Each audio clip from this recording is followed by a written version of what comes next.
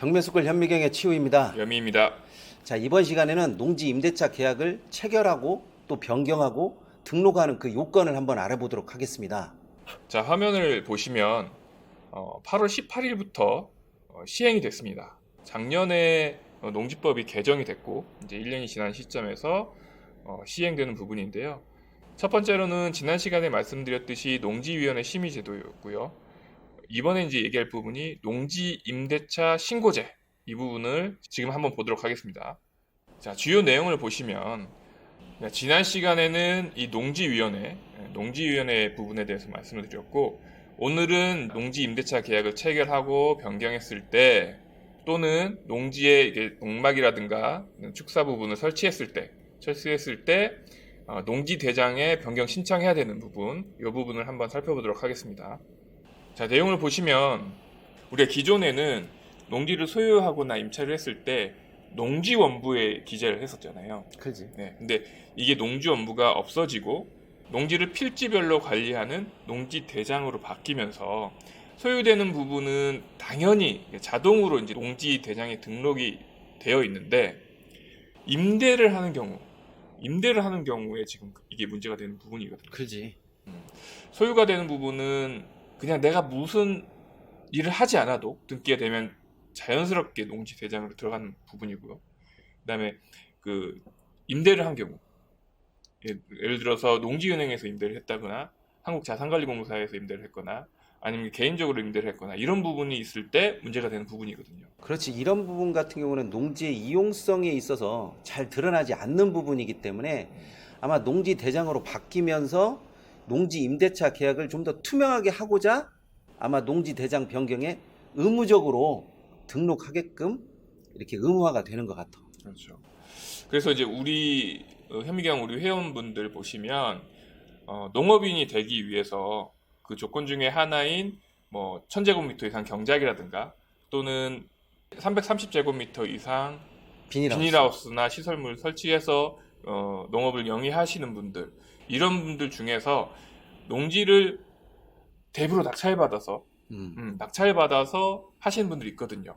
전에는 이런 경우에 농지원부에 등재를 한 다음에 그 등재된 농지원부를 농업경영처에 이렇게 내고 제출하고 이랬었는데, 지금은 이제 이런 부분이 생겼을 때 농지대장에 등록을 하셔야 된다는 거. 그렇지. 그리고 농지대장을 농업경영처에 등록을 하실 때 제출을 하셔야 된다는 거 잊지 그렇지. 않으셨으면 좋겠습니다. 자, 화면을 다시 한번 보시겠습니다. 화면을 보시면 농지원부에서 농지대장으로 명칭이 변경되었고요. 그리고 임대차 계약 체결 시에 이제 농지대장 변경 신청이 이제 의무화된다는 거.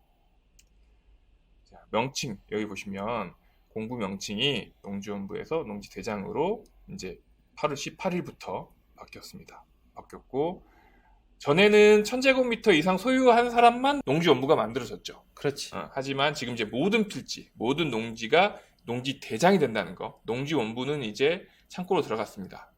창고로 들어가서 발급이 안 되는 건 아닌데 사용하지 않는 서류가 됐고요. 다 이제 농지대장으로 바뀌었다는 거 알고 계시면 좋겠고요. 관할 행정청도 이 농지원부는 사람 중심이었거든요. 그렇지. 사람 중심이기 때문에 내가 남양주에 살면 남양주의 행정청이 이제 관할 행정청이 됐었는데, 지금은 각 소유하고 있는 각 토지의 소재지마다 관할 행정청이 되는 거죠. 그래서 제가 뭐 여러 군데의 토지를 갖고 있으면 관할 행정청이 여러 군데가 되는 그런 셈이 되는 거고요. 그리고 이제 이 부분을 한번 또 보셔야 됩니다. 임대차 계약하고 그다음에 농막 같은 경우에는 이제 의무로 신고를 하셔야 된다는 거, 의무적으로. 그렇지. 네. 경매에서 뭐 낙찰을 받았는데 농막 신고가 안 돼 있는 불법 농막이 있다. 내가 근데 그 농막을 계속적으로 사용하려고 한다. 신고해야 된다는 얘기네. 그렇죠. 이제는 신고해야 되죠. 자, 여기를 보시면 소유자 또는 임차인은 농지법에 따라서 체결한 농지 임대차 계약 지금 한 얘기고요. 거기에 농막, 또 축사 등의 시설을 설치하는 경우에는 60일 이내에 관할 행정청에 변경 신청해야 된다, 이렇게 나와 있습니다. 그래서 기존에 있던 농막이, 예를 들어서 우리가 경매로 낙찰을 받았는데 거기에 농막이 있다든가 아니면 이제 컨테이너라든가 이런 가설 건축물이 있는 경우에 그 가설 건축물이 해당 행정청에 등록이 되어 있는지 여기 보시면 첨부 서류에 건축물 또는 가설 건축물 관리 대장이라는 게 있거든요, 행정청에. 그래서 농막 같은 경우에는 가설 건축물에 들어가기 때문에 이 가설 건축물에 등록이 안 되어 있다면 얼른 가서 등록을 하셔서 이런 과태료를 받지 않았으면 좋겠습니다. 과태료가 얼마나 나와? 다음 화면을 보시겠습니다. 자, 여기 화면을 보시면 농지 대장 관련해서 과태료 부과 기준이 나와 있는데 농지 임대차라든가 또는 이제 시설 설치를 거짓으로 한 경우, 이 거짓으로 한 경우에는 거짓말했기 때문에 조금 셉니다. 1차는 250만 원, 2차는 350만 원, 3차는 500만 원 이렇게 되어 있고요. 그리고 이제 신청을 안 한 경우, 그러니까 신고를 하지 않은 경우, 미신고인인 경우에는 1차는 100만 원, 2차는 200만 원, 3차는 300만 원 이런 식으로 되어 있습니다. 그렇기 때문에 저럴 것 같으면 차라리 시설 신고를 안 하는 게 훨씬 낫네. 거짓말로 하는 것보다는 과태료 측면에서 보면 차라리 안 하는 게 훨씬 낫잖아. 그렇게 따지면 하는 게 가장 낫죠. 그렇지. 네, 그래서 웬만하면 이게 그렇다고 다 걸리고 그러지 않겠지만 그래도 혹시 모르는 부분이 있으니까 웬만하면 이제 신고를 하시고 사용하시면 될 것 같습니다. 그렇지. 그래서 우리가 경매를 하는 입장에서 임차하고는 또 별개니까 대부를 하시는 경우 말고 경매로 소유권 이전을 했을 때 주의해야 되는 부분이 방금 얘기했듯이 가설 건축물이라든가 또는 축사라든가 이런 건축물이 있는 경우에 신고가 됐는지 안 됐는지 확인을 하시고 신고가 안 됐으면 해당 행정청에다 신고를 하시고 사용하시기 바랍니다. 그리고 경매로 또 낙찰을 받았을 경우에 농지 대장에 나는 소유권을 가졌으니까 당연히 등록이 되는 것은 맞는데 예를 들어서 임차농이 있을 수 있으니까 한번 이 농지 대장을 다 한 번씩 점검해 보시기 바랍니다. 그렇겠네요. 그렇지. 내가 농지를 낙찰 받았는데 소유권은 넘어오지만 누가 임차농이 있는 경우에는 또 문제가 될 수도 있는 부분이 있으니까 낙찰을 받고 농지 대장을 한번 발급을 해보는 것도 꼭 필요할 것 같습니다. 네.